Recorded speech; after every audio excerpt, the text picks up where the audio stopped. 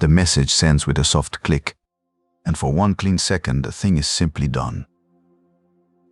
The point was made, the small decision taken, the reply finally written and gone.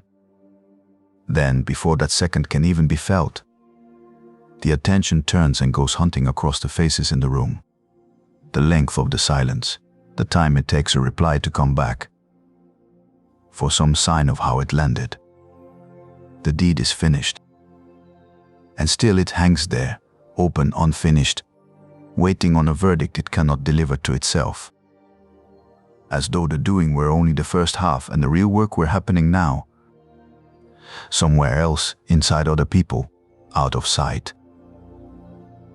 Give the ordinary version of this its real texture, because in a life it never arrives as a theory. The email gets reworded a third time.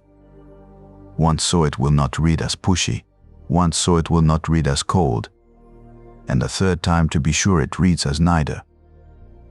The honest objection in the meeting stays swallowed, because saying it might land wrong and mark a person as difficult. A plain no gets softened into something that will not cost any goodwill. At the dinner table, the safe opinion gets chosen over the true one.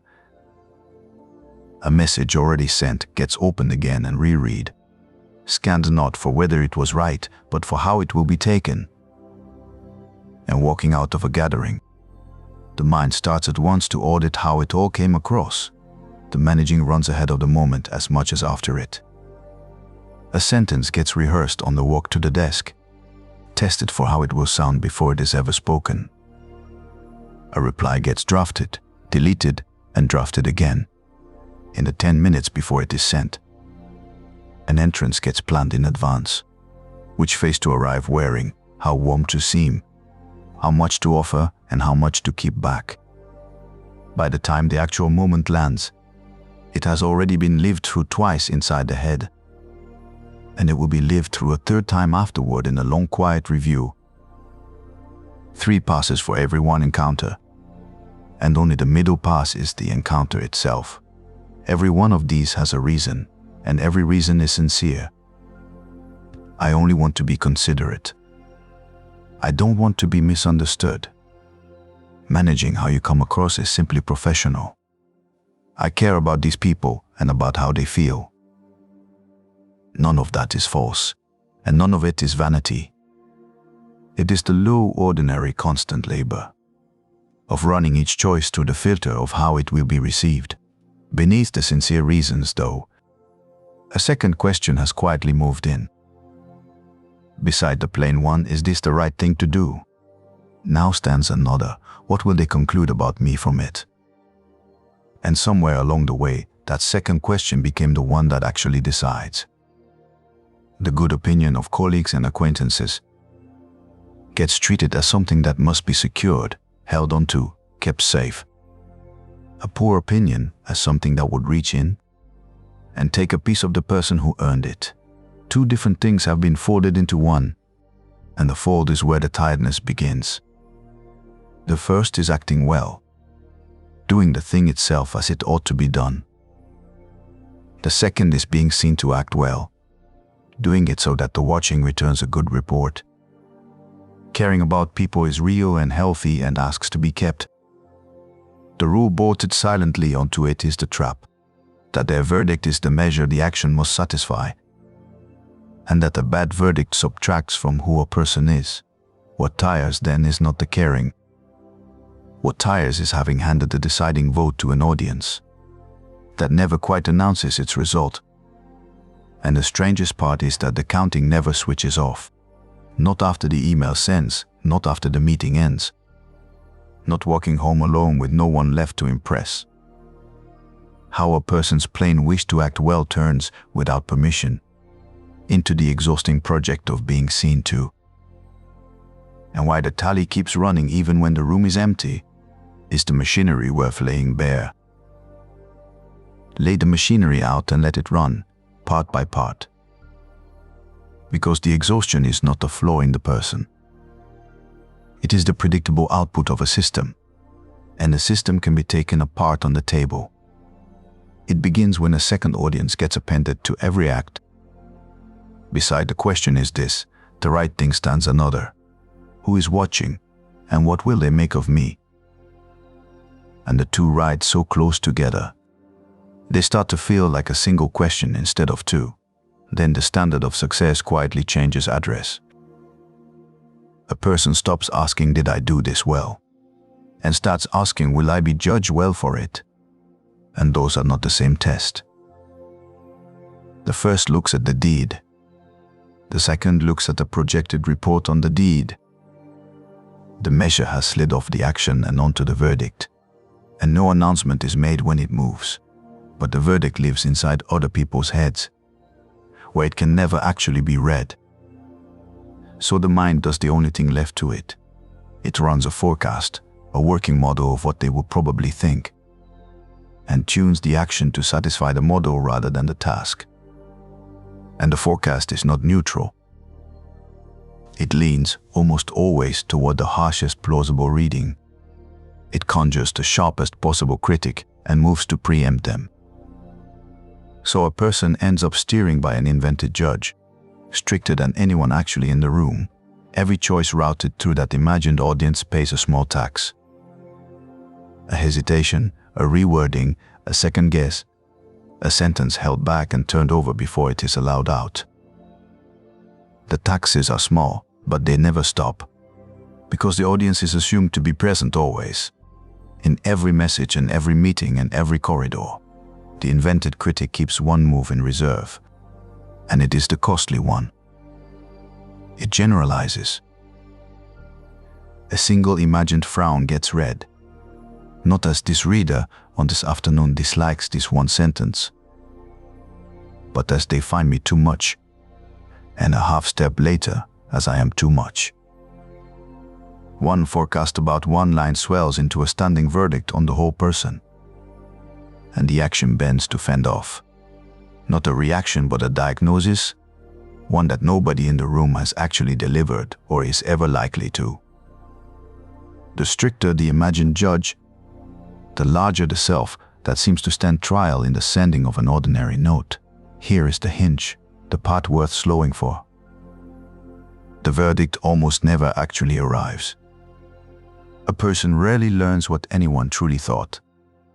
The room disperses, the replies stay polite. The real assessment never comes off stage. So there is no confirmation that could ever let the watching stand down. The loop has no closing move built into it, and a loop that cannot close does not rest. The scanning becomes the permanent background hum of being among people. Two facts finish the picture.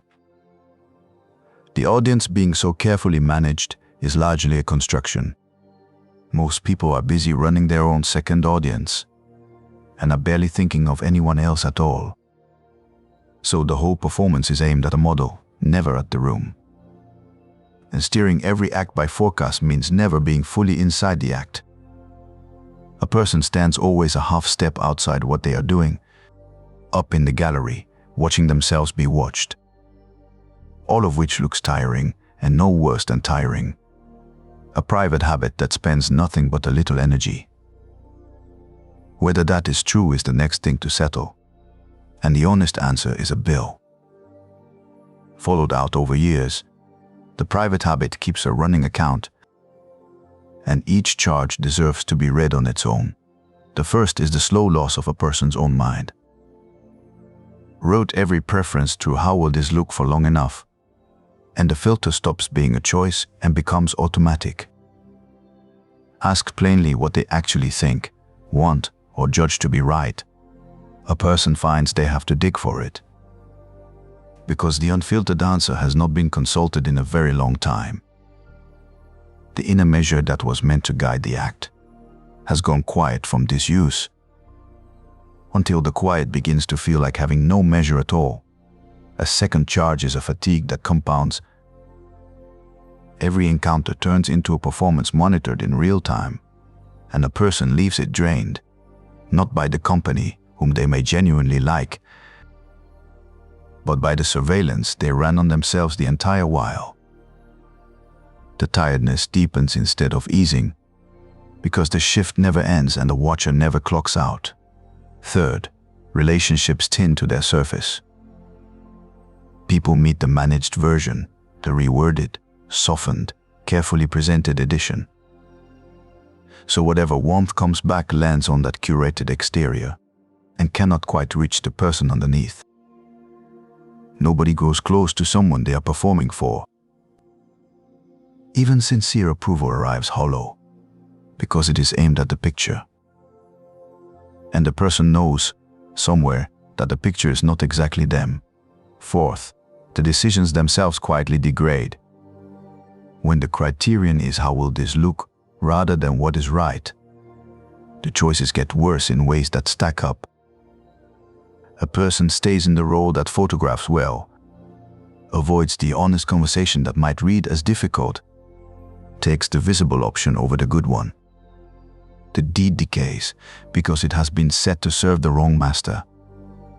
And a deed that serves applause is no longer quite an honest deed, then the cruelest line in the ledger. The better a person manages perception, the more reputation there is to maintain. So the text does not fall as the managing succeeds, it climbs. A larger good opinion is a larger holding to guard, a heavier thing to keep from slipping. And the most admired person can turn out to be the most tightly bound of all. Well regarded and unable to move, a fifth cost hides a level below the others. Left running long enough, the filter stops shaping only how a person acts and begins shaping what they want. Ambitions themselves get quietly picked for how they will read. The title that sounds impressive across a table. The visible achievement chosen over the quieter one that would have meant far more in private. The route that photographs well from the outside. A person can climb for years toward a thing, wanted mostly because others would admire the having of it. Reach the top and find the wanting was never their own. The wanting was assembled, like everything else, out of an anticipated verdict. And the whole life can be spent chasing goals that belonged, from the very start, to the audience. None of these charges is dramatic on any single day, which is exactly why the account goes unread. A reworded email costs almost nothing this afternoon. A muted, inner measure, interactions that never rest, relationships held at arm's length, decisions bent toward the visible, ambitions borrowed whole from the crowd, and a burden that grows heavier the better it works. That is the real invoice, settled slowly enough, that the settling never quite registers as a decision. All of it seems to arrive at one tidy instruction. Drop the steering by their opinion, and the whole bill disappears. The tidy instruction hides a trap of its own, though, because not caring how one comes across sounds a great deal like arrogance. And that objection has earned a hearing at full volume before anything else is said. A fair objection stands in the way, and it deserves full strength before any answer arrives. Reputation is not nothing. A person can lose a job, a client, a promotion, a friendship, over how they are perceived.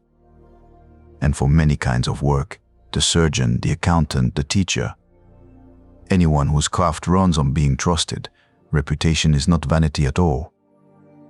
In plain terms, it is the livelihood itself. The very thing that lets the work get done.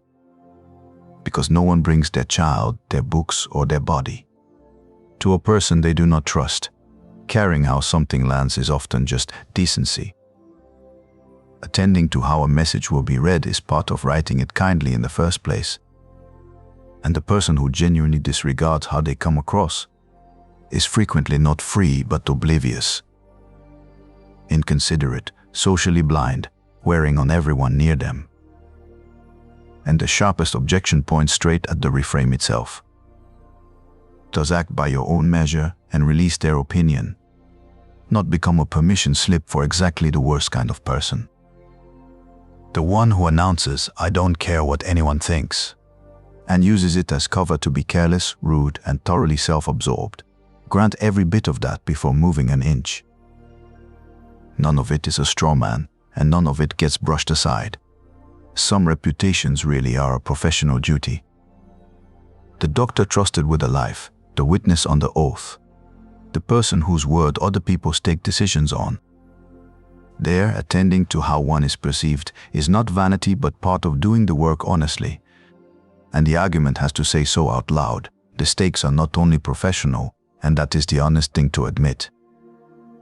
Because the objection bites hardest where it is most ordinary. A person really can lose a friendship by seeming, at exactly the wrong moment, cold or careless or unreliable. A good name among the people one lives beside genuinely eases a life. It opens doors, softens misunderstandings, earns the benefit of the doubt on the day that doubt would otherwise sink a person. To wave all of that away as though it counted for nothing would be a lie, and a comfortable one. The sort only someone already insulated from the consequences could afford to tell. What survives, once all of that has been fully granted, is a distinction, fine, and load-bearing. There is a real difference between caring about the actual effects of an action on other people, which is simply part of acting well, because a good deed includes its foreseeable impact, and weighing how something lands is part of doing it properly, and outsourcing the standard itself to their verdict, letting anticipated approval, rather than the rightness of the act, be the thing that finally decides. Reputation as a consequence one may reasonably attend to is one thing. Reputation as the master one serves is another thing entirely, so the refrain never claims their opinion is worthless.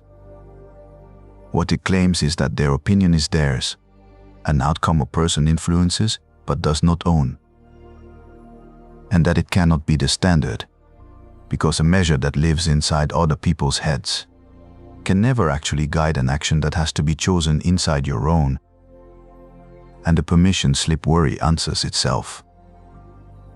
The loud "I don't care what anyone thinks" is almost always a pose that cares enormously. It is perception management in a costume of indifference, performing not performing for an audience of its own. Acting by one's own measure of right already contains honesty, fairness, and kindness. It is no license to be careless with people. It is a refusal to let the sound of applause stand in for the question of whether the thing was good, which leaves the real matter still standing. If reputation genuinely counts and yet cannot be the standard, then something still needs saying about what it actually is, and about what changes the moment it is seen for what it is. Epictetus, who spent his early life as a slave in Rome, built his entire teaching on the one thing no owner had ever managed to reach: his own judgment. A master could chain his leg, he said, but could not touch the faculty that chooses. The small handbook of his thought, the Enchiridion, a word for something kept close to hand, opens on a single division of the whole world. Some things are up to us, and some are not. Up to us are our judgments, our impulses, our desires and aversions, our own faculty of choice. Not up to us are the body, property, office, and, named plainly on that second list, reputation. Reach to command what is not yours, he warns, and you meet frustration and a kind of servitude. Keep your concern to what is genuinely yours, and then no one can hinder you. Two smaller passages sharpen the same edge. In one, a person is a performer in a play, whose length and casting were chosen by someone else. The task is to play well the part assigned, while the choosing of the part belongs to another hand entirely. In another, he counsels a willingness to be thought foolish about things outside one's control, rather than buying a fine appearance at the price of one's own conduct. Set the weary perception management beside that division, and the distinction it forces comes clear. Reputation has been carried, all this while, as a possession, my good name, a part of me, something I hold and something that is stolen when a person thinks ill of me. That is why a bad opinion feels like a theft, and why a whole life bends itself to guard the holding, held up to the light door. The possession comes apart in the hand. Nobody actually owns a reputation, because a reputation is not the kind of thing that can be owned. It is only an opinion, and an opinion exists solely inside the mind that holds it, assembled there out of that person's own materials. Their mood, their history, their fears, their half-sight of you, and it belongs to them exactly as their other opinions do. A person can influence it, the way one influences a neighbor's weather, but can neither own it nor command it. On that accounting, they think badly of me. Subtracts nothing that was ever yours, because the good opinion it replaces was always in their keeping, and never in yours. The something taken from me was a verdict added on top, not a possession carried off. Something else comes loose along with it. If the good opinion was never a possession, then losing it is not the loss it impersonates. A person newly misjudged still holds every actual thing they held an hour before. The same competence, the same conduct, the same day's work honestly done. What has changed sits wholly inside another mind, and it was sitting there, out of reach the entire time. The alarm that treats a bad opinion as an amputation is grieving a limb that was never attached to the body it imagines was cut. Nothing of the person left the person. An opinion moved in a place the person was never standing. Think of a portrait painted by someone else. The thing is made in their hand, from their angle, in their light, with their skill and their mood on the day. When it is finished, it hangs in their gallery, not yours. A person can stand honestly for it, hold still, show a real face, give the painter something true to work from, but cannot hold the brush and cannot follow the picture home to correct it later. The point is not paint. The point is that a whole life gets spent trying to govern a likeness it was never holding the brush for, when the only part that was ever ours was how honestly we stood while it was made. So a different question replaces the old one. The old question asked how to make them see correctly, a demand for command over materials no one will ever hand you, and therefore a question with no floor to stand on. The new one asks only whether the act was done by a measure of your own, which is answerable this morning, because the act is the single part of the whole affair that was ever actually yours. None of this reaches the actual morning on its own. A person still has to sit down with a real email open and do something different with it. And the something comes down to 4 plain moves, blunt enough to manage on a discouraged afternoon when nothing feels worth the effort. Take one ordinary decision today and find its own measure. The email, the answer in the meeting, the small no. Pick a single one and ask what doing this particular thing well actually requires by the nature of the act itself. Honest, fair, competent, mindful of its real effects on the people it touches. Answer that question first, and on its own, before the other one. How will this look? Is allowed anywhere near the choice, then act on that measure and hand the verdict back. Do the thing as the act itself requires, and name the release almost aloud. How they read this belongs to them, not to me. My part ends at doing it well. Releasing the verdict is not deciding in advance that they will approve. It is returning their opinion to the people whose opinion it actually is, when the attention swings out to read the room, and it will. The old reflex does not vanish on command. Catch it, and name what it is reaching for. Not a standard to obey, but a picture being made in someone else's gallery. A likeness a person can neither see nor correct. Naming it as that is usually enough to keep it from taking the wheel, and then put the attention back on the next act. The one thing genuinely within reach is what a person does next, so that is where the effort belongs. Not on the verdict already drifting off into other minds, but on the following email, the following choice, the following honest thing. In a single real instance, it looks almost dull.